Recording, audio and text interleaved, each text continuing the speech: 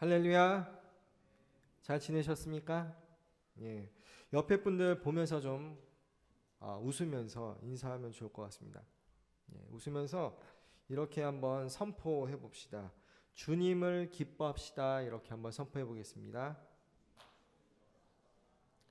예. 여러분들 목소리가 지금 점심 지나고 나서 그런지 힘이 없는데 좀 힘차게 얘기하면 좋을 것 같습니다. 한번 이렇게 다시 한번 말씀해 보겠습니다. 주님을 기쁘시게 합시다. 이렇게 한번 해봅시다.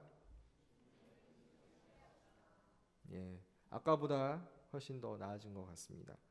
여러분들 이제 벌써 3월 달이 되어서 3월 첫째 주일을 우리가 보내고 있는데 3.1절이 알다시피 엊그제였습니다.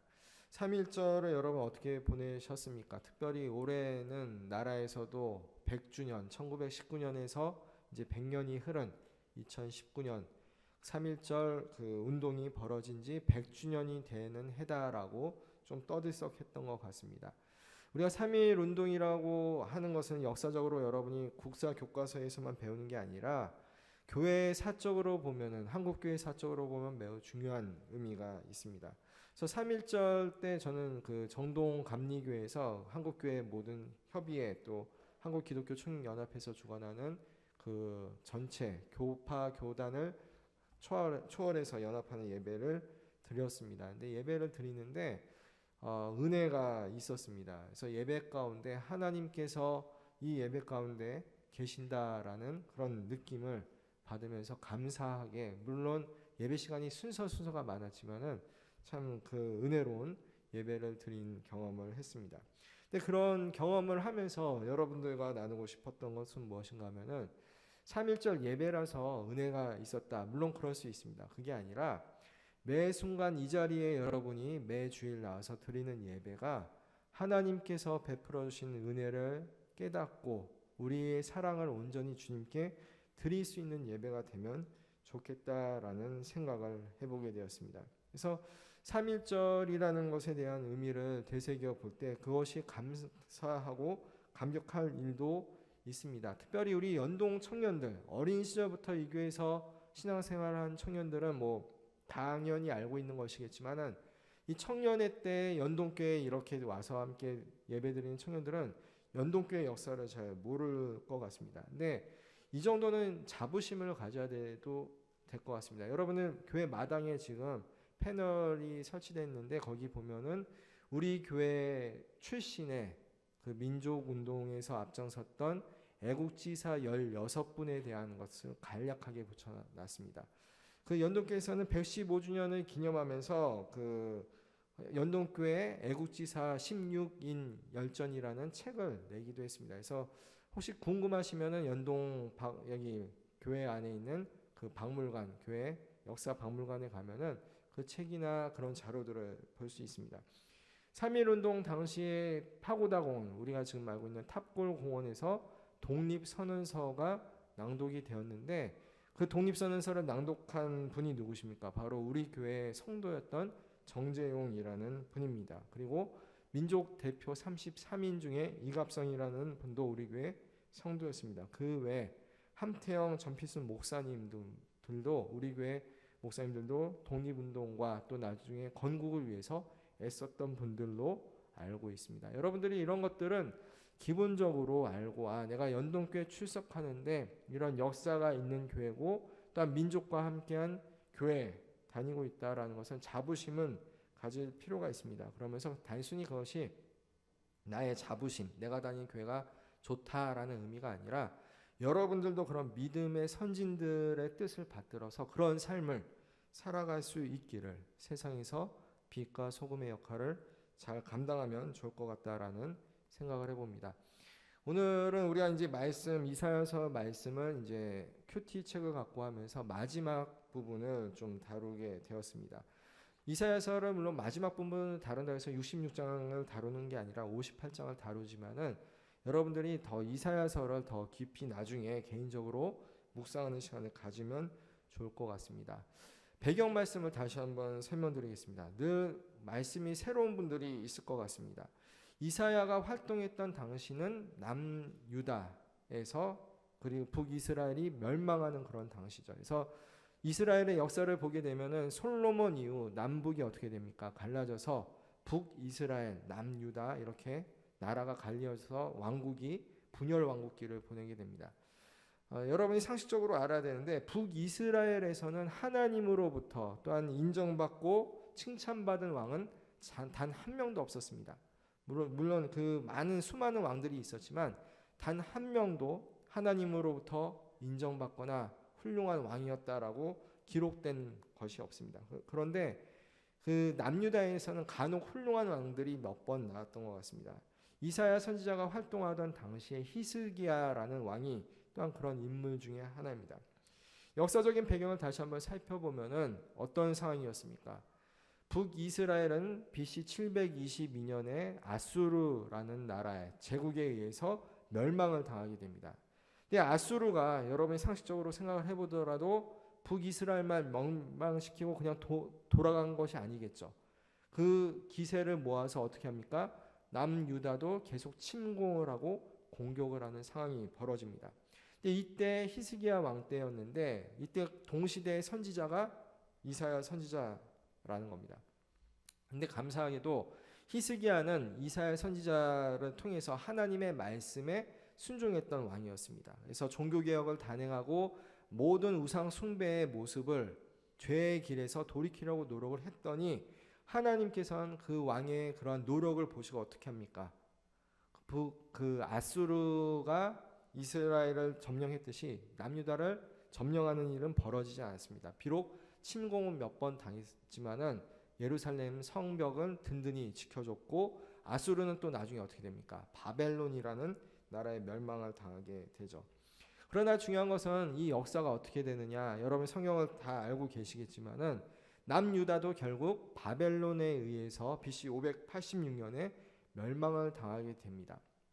이 멸망을 당하게 되는 그 주된 원인은 무엇입니까? 성경은 뭐라고 말씀합니까? 그들 또한 북이스라엘처럼 하나님의 길에서 떠나 우상 숭배의 길로 갔기 때문이다. 즉 하나님께 제대로 예배하지 않고 하나님을 섬기지 못했기 때문이다라고 성경의 기자는 기록을 하는 것입니다.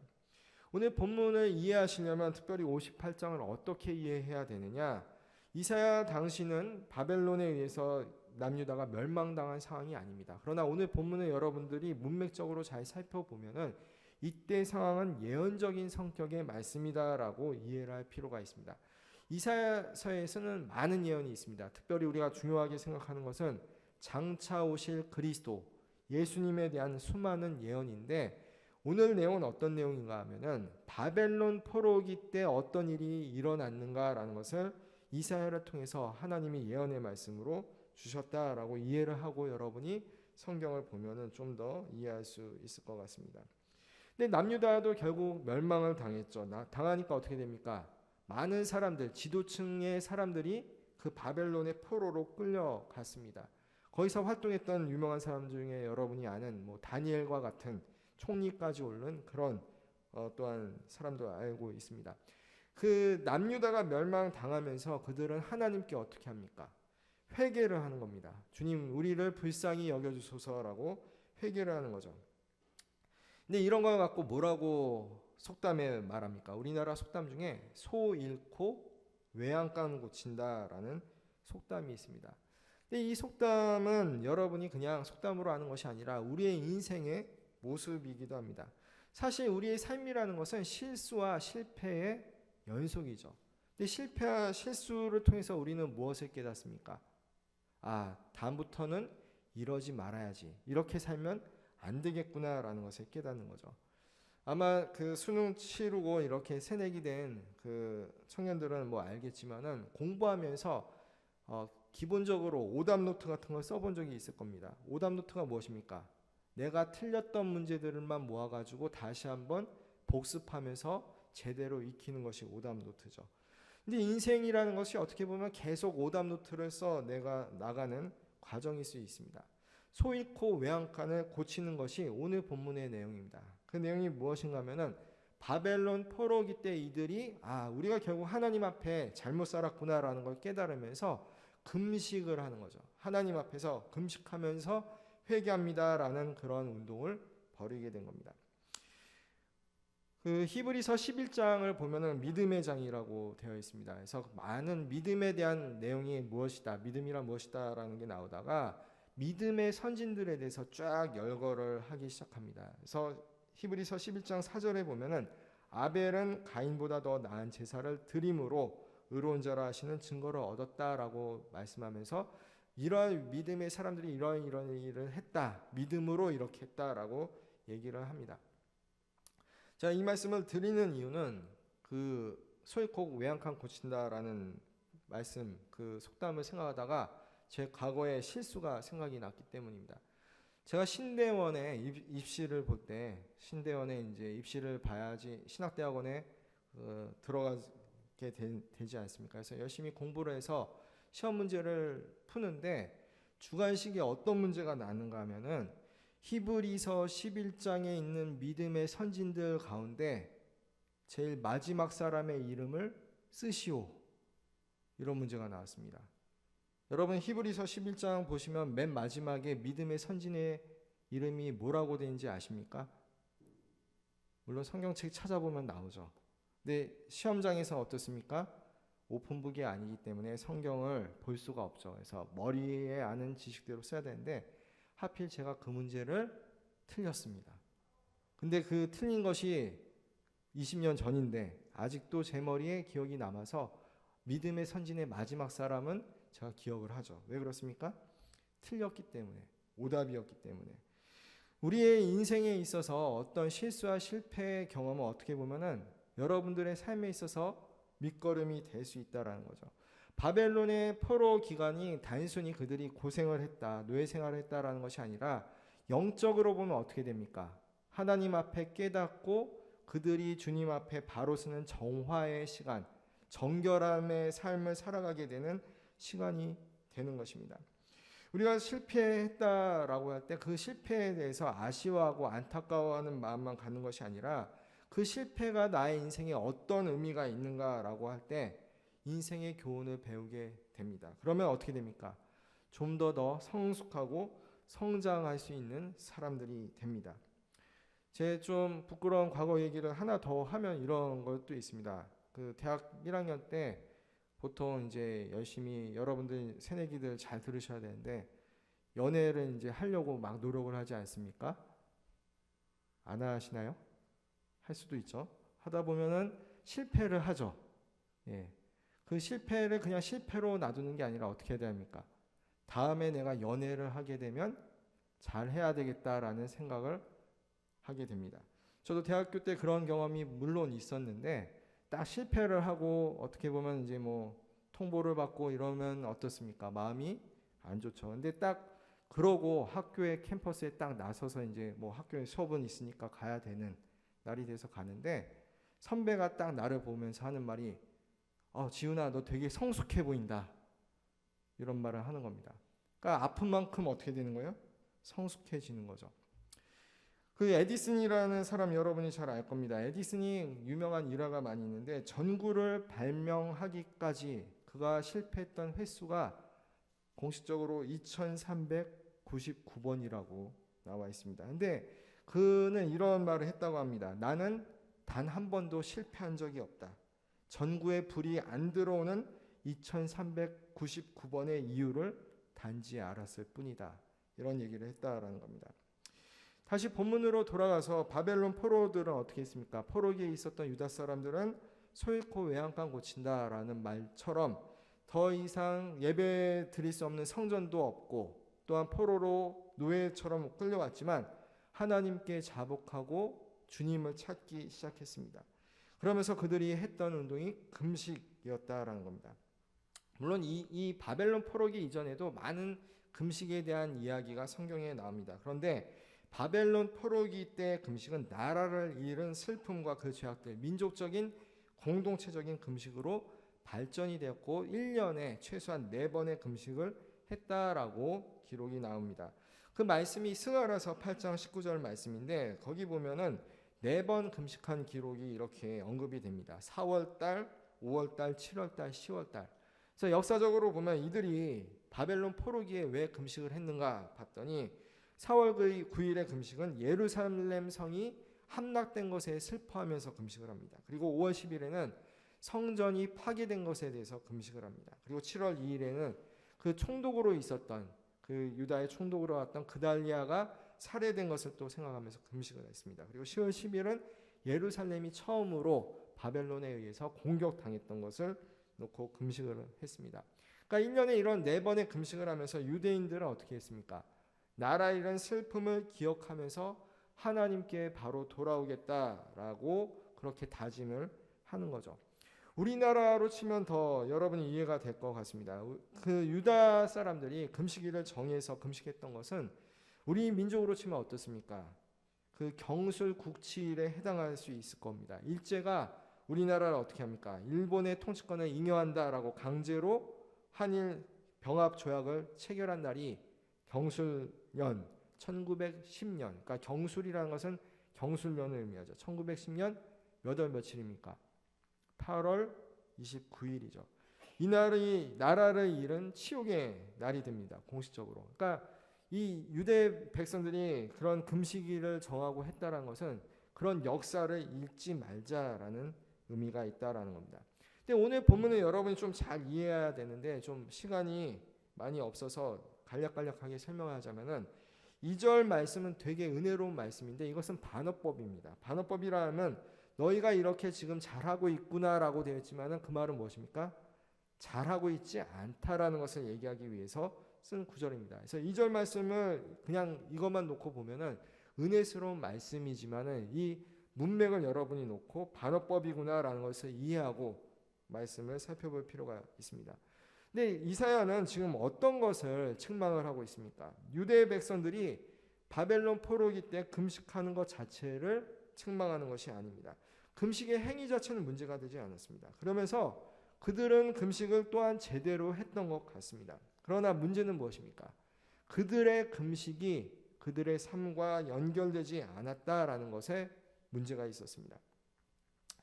우리 성도들, 우리 청년들이 금식이 무엇인지 모르는 분들은 아무도 없을 겁니다. 그러나 이것은 기독교적인 의미에서 또한 어떤 의미가 있는가, 성경적인 의미는 어떤 의미가 있는가라는 것은 여러분이 이 시간 좀 새겨보면 좋을 것 같습니다.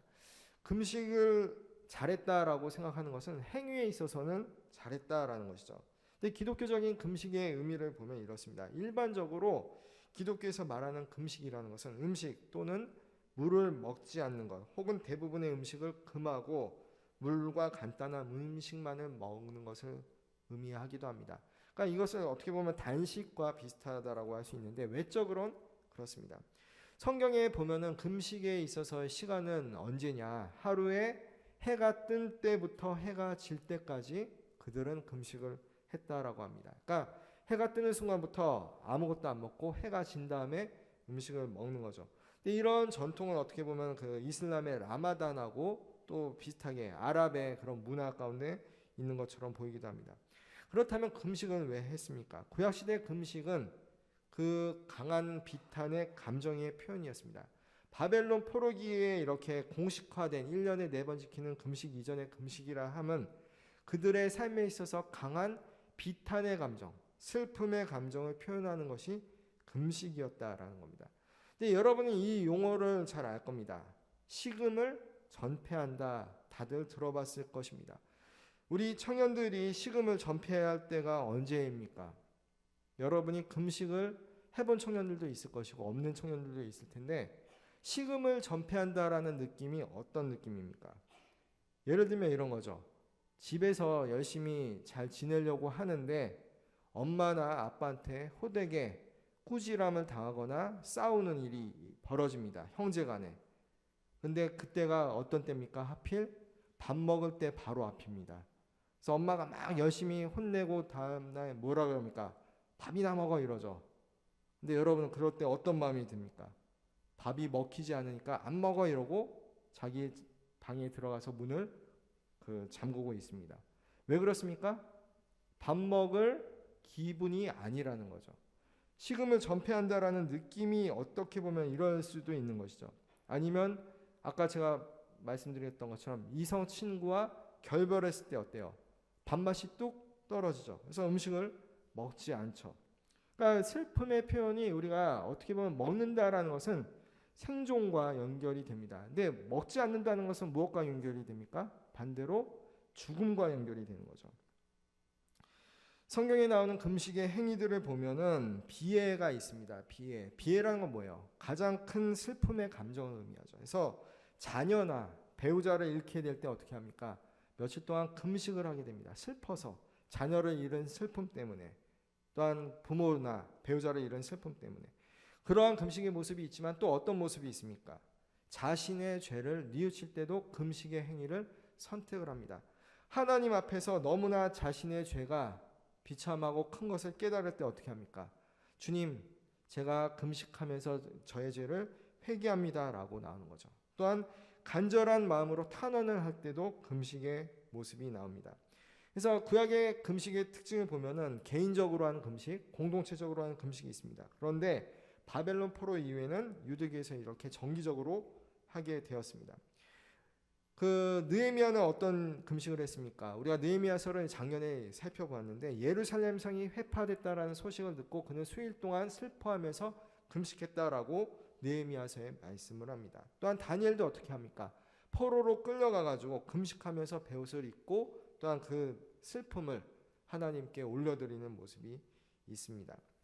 신약 때는 어떻게 금식을 했습니까? 일단 우리가 믿는 예수님, 구세주이신 예수님도 금식을 하셨습니다. 예수님의 금식은 어떻게 시작이 됩니까? 공생애를 시작하면서 40일 동안 광야에서 금식하며 기도하며 또한 그 모든 일들을 앞으로 있을 공생애를 준비하는 것을 보게 됩니다. 초대교회에서는 바울과 바나바를 선교 여행에 보내면서 금식하면서 준비했다라고 기록을 합니다. 또한 마귀를 내쫓을 때 마가복음 9장에 보면은 금식을 함으로써 마귀를 내쫓을 수 있다 이런 구절도 어떤 사본에는 있다 이렇게 얘기를 합니다.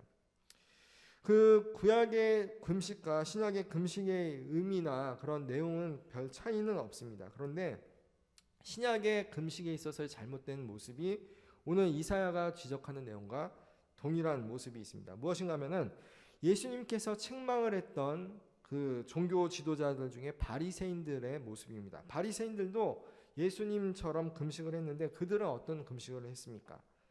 누가복음 18장 11절에 보면 이런 말씀이 있습니다. 하나님이여 나는 다른 사람들 곧 토색 불이 가늠하는 자들과 같지 아니하고 이 세리와도 같지 아니함을 감사하나이다. 나는 일에 2번씩 금식하고 또 소득의 11조를 드리나이다. 여기 보면 일에 즉 7일 안에 몇 번 금식한다고 되어 있습니까? 최소한 2번은 나는 금식한다. 그리고 소득의 11조를 열심히 바치는데 나는 이런 세리들과 같지 않다라고 얘기를 합니다. 그러니까 이들이 이렇게 금식을 했는데 보통 보면은 월요일 내지 화요일 그리고 목요일 날 이렇게 이틀에 걸쳐서 금식을 했다라고 합니다. 이들이 금식하게 된 그 배경은 무엇인가 하면은 모세가 시내산에 올라갈 때 날짜가 전통에 의하면은 목요일에 올라갔다라고 얘기합니다. 그러면서 40일 동안 금식을 하고 내려오는데 그 날짜가 월요일인지 화요일인지 이렇게 되는 거죠. 그래서 이틀의 금식을 하는 이유는 모세의 제자로서 우리들은 이렇게 지킨다라는 의미가 있었습니다. 그러나 실질적으로 볼 때 유대인들이 그렇게 금식을 했던 그 배경에는 월요일이나 목요일에 사람들이 많이 모이는 유대 사람들이 장날로서 우리도 시골에 가면 지금도 3일장 5일장 하듯이 장날이었습니다. 그러니까 사람들이 많이 붐빌 때 금식의 모습을 그들에게 나타내는 거죠. 그러면서 어떻게 됩니까? 종교 지도자로서 존경을 받게 되는 겁니다. 즉 타인을 의식하면서 종교적인 행위로서 보여지는 행위로서 금식을 했던 것을 알게 됩니다. 그러니까 금식의 그런 그 의미가 어떻게 됩니까? 변질이 되는 거죠. 이사야가 지금 지적하는 것도 이런 모습입니다. 이스라엘 백성들이 바벨론 포로기를 지나면서 하나님 잘못했습니다. 이제 똑바로 살겠습니다라고 금식을 시작했으나 어떻게 됩니까? 그것이 시간이 가면 갈수록 습관화되고 갈습화되다 보니까 변질이 되는 겁니다. 이런 모습을 하나님께서는 이사야를 통해서 너희가 금식의 행위는 바르지만은 그 마음이 잘못됐다라고 지적하는 것이 오늘 본문의 말씀이다라는 거죠. 이 시대로 말하면 이런 겁니다. 우리가 금식에 대한 얘기를 했지만은 사실 예배를 제대로 드리지 않는 것과 마찬가지다라고 생각이 듭니다. 이 자리에 나와서 우리 청년들은 예배를 지금 드리고 있습니까? 이 질문을 한번 잘 생각해 보시기 바랍니다. 지금 여러분은 예배를 드리고 있습니까? 아니면 한국말이 비슷하고 어르신들은 뭐 잘 쓰는 표현이지만 예배를 보고 있습니까? 흔히 교회에서 그런 말 많이 쓰죠. 예배 보러 가자라고도 얘기를 합니다. 그러나 그 언어의 의미가 우리가 제대로 그 의미의 뜻을 깨달으려면 예배를 보러 가는 게 아니라 예배는 뭐 하러 가야 됩니까? 드리러 가는 것이 맞습니다. 드리러 간다. 그러니까 우리 청년들은 지금 예배를 드리러 여기에 오셨습니까? 아니면 예배를 그냥 보러 왔습니까? 그 당시 금식의 모습이 이런 모습이다라는 거죠. 금식은 하지만은 그 마음이 하나님께 보기에는 문제가 있었습니다. 그 마음의 문제는 어떻게 나타납니까? 난 금식을 잘했어 라고 얘기를 하고 돌아가지만 일상생활에 갔더니 여전히 그들은 많은 사람들을 억압하고 종들을 억압하고 여기 말씀에 나온 것처럼 흉악의 결박을 풀어주지 못하고 멍에를 끌어주지 못하고 압제당하는 자들을 자유하게 못하는 모습으로 나타난다는 거죠. 우리의 예배의 동기를 여러분이 보면서 예배의 자리에 있기를 원합니다. 내가 예배를 드리러 온다라고 할 때는 하나님께 드림이 되는 거죠. 첫 번째 드림이라는 것은 무엇입니까? 여러분들이 지금 예배를 드린다는 것은 이 시간을 여러분이 하나님께 드리는 것을 의미합니다. 우리가 하나님께 나올 때 예배를 드린다라고 할 때 이 귀한 시간을 드린다라는 것을 여러분이 알아야 됩니다. 왜 이것이 중요한가 하면 하나님께서 사실 받을 수 있는 게 무엇입니까? 없습니다. 우리가 물론 예배 시간에 헌금도 하지만은 주님께서 물질이 필요한 그런 분이 아니죠. 그래서 성경에도 보면은 너희가 송아지를 잡고 양을 잡고 제사를 지는 것을 내가 기뻐하지 않는다. 나는 인애와 무엇을 기뻐한다고 말씀합니까? 긍휼을 기뻐한다. 사랑과 긍휼, 자비를 베푸는 것을 기뻐한다. 하나님께 우리가 드릴 수 있는 것은 시간이다라는 거죠. 시간이라는 의미는 바꿔 말하면 여러분의 생명입니다. 생명. 근데 예배를 드리러 올 때 잘못된 태도로 드리는 모습이 있습니다. 청년들 가운데 분명히 이런 청년들이 있는 것 같습니다. 어렸을 때부터 교회 예배 드리는 것은 가정교육에서부터 시작돼서 너 예배 꼭 드려야 돼. 도망가지 마 이러면서 교회에 나오죠. 의무감으로 지나다가 이제 성인이 되었습니다. 그리고 이 자리에 앉아서 예배를 드리는데 이런 것이죠. 너 예배 안 드리면 나중에 하나님한테 큰 벌 받는다. 이게 뭐예요?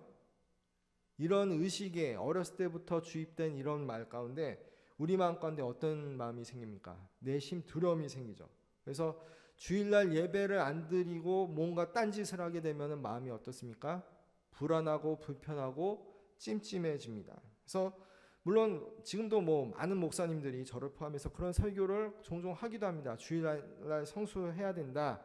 주일날 예배 안 드리면 하나님께서 기뻐하지 않는다. 근데 기뻐하지 않는다 맞죠? 근데 여기서 한 발짝 더 나가서 벌 받을 수도 있다. 이렇게 얘기를 할 수도 있다는 거죠. 근데 이것은 심리학적으로 보면 뭐예요? 그 신경적인 불안함이 있는 거죠. 그래서 프로이트라는 그 정신분석한 사람은 이 종교인의 태도 가운데 이들의 의무적으로 예배드리는 것은 강박증이다. 신경적인 불안이다라고 그렇게 비난하기도 했습니다. 그래서 예배를 안 드리면 하나님께 혼날까 봐 드린다. 이런 자세는 어떻습니까? 하나님한테 나와서 그 마음이 어떨 것 같습니까? 돌아가면서 이런 마음이 드는 거죠. 나 오늘 예배 드렸으니까 의무했다. 그러니까 주님 다음 주에 봐요. 이러면서 주님과 상관없는 삶을 살아가는 겁니다. 그리고 주일날 예배를 안 드리면 또 불안해지니까 예배를 드리는 거죠. 근데 이거보다 더 안 좋은 동기가 있습니다. 무엇인가 하면은 예배를 드리면서 하나님과 거래를 하는 거죠. 이제 내가 예배를 드렸으니 어떻다? 주님, 저는 주님께 예배를 드렸으니까 주님은 제게 복을 주셔야 합니다. 그러니까 마치 예배를 자기가 복을 받는 수단으로서 나오는 그런 사람들도 있을 수 있습니다. 저는 우리 청년들이 그러한 잘못된 두 가지의 태도에서 벗어나길 바랍니다. 그러니까 예수님께 나왔으니까 주님 주일날 빠지지 않고 예배드렸으니까 이번 주 시험 잘 보게 해주세요. 사업 잘 되게 해주세요. 이런 마음으로 드린다는 거죠. 근데 금식에도 그럴 수 있다라는 것을 성경은 오늘 얘기를 하는 겁니다. 우리가 오늘 말씀을 통해서 깨달아야 되는 것은 하나님께 예배를 드릴 때 하나님이 어떻게 기뻐하시는가? 금식이나 예배나 다 같은 맥락에서 생각을 해볼 수 있습니다. 우리는 예배를 어떻게 드려야 됩니까? 예수님께서 뭐라고 말씀하십니까? 예배 드릴 때 너희는 영과 진리로 예배를 드려야 한다라고 요한복음 4장 23절 24절에서 말씀하시죠. 영과 진리로 예배를 드린다라는 의미는 무엇입니까? 예배는 우선 영적인 활동이 되어야 되는 겁니다. 영의 반대는 무엇입니까? 육이죠. 그러니까 육체적인 세상적인 것이 안 돼야 됩니다. 그래서 예배는 거룩한 것이다라고 얘기할 때 육적인 취미 활동이나 동호회가 예배는 아닙니다. 공동체가 모여서 예배 드리는데 물론 우리의 육신이 여기 와 있지만 여러분의 영으로서 주님께 나와야 된다는 거죠. 영으로 드린다는 것은 무엇입니까? 자기의 육체의 유익을 위해서 드리는 것은 예배가 아니다라는 것이죠.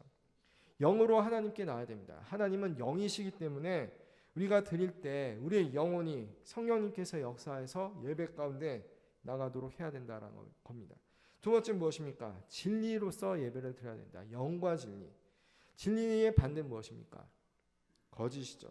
그러니까 우리는 하나님 앞에서 정직하게 나와야 됩니다. 하나님은 거짓과 함께 하실 수 없는 분이기 때문입니다. 이것이 예수님께서 예배에 대해서 가르쳐 주실 때 우리에게 영과 진리로 예배를 드리라라고 말씀하신 내용입니다.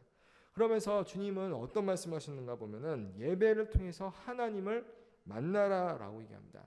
주님은 어떤 분을 찾고 있습니까? 영과 진리로 예배하는 자를 찾고 계시다라고 분명히 말씀하셨습니다. 이 말을 바꿔 말하면 이런 겁니다. 여러분은 신앙생활하면서 난 하나님을 만나고 싶다라는 그런 갈망이 과연 있습니까? 기도하면서 주님께서 내 기도에 응답해 주셨으면 좋겠다라고 생각을 합니까? 그렇다면 어떻게 해야 되는가? 예배가 회복돼야 되는데 그 예배 회복의 기본이 영과 진리로 드려지는 예배. 그럴 때 주님은 그런 자를 찾아주신다. 찾아주신다는 건 뭐예요? 주님을 찾고 계시고 만나기 위해서 준비를 하고 계신다는 거죠.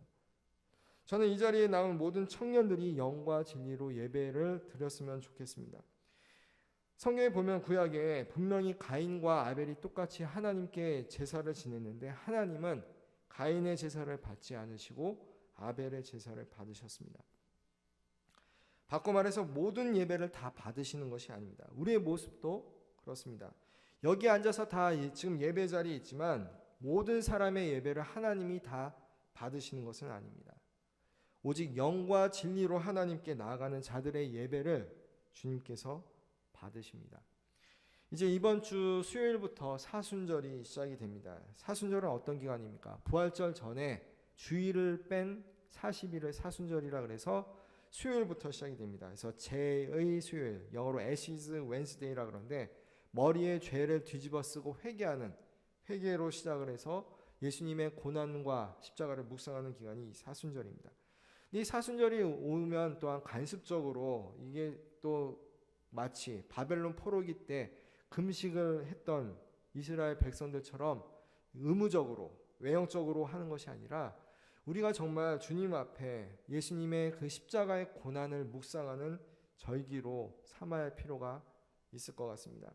우리가 예배를 드릴 때 또한 금식의 의미를 여러분이 오늘 깨닫게 된다면은 하나님께 어떠한 자세로 내가 예배를 드리는가, 그리고 이 예배가 왜 주님께 드림이 되어야 되는가, 왜 그렇습니까? 주님께서 친히 우리에게 주님의 거룩하신 몸을 들여주셨기 때문이죠.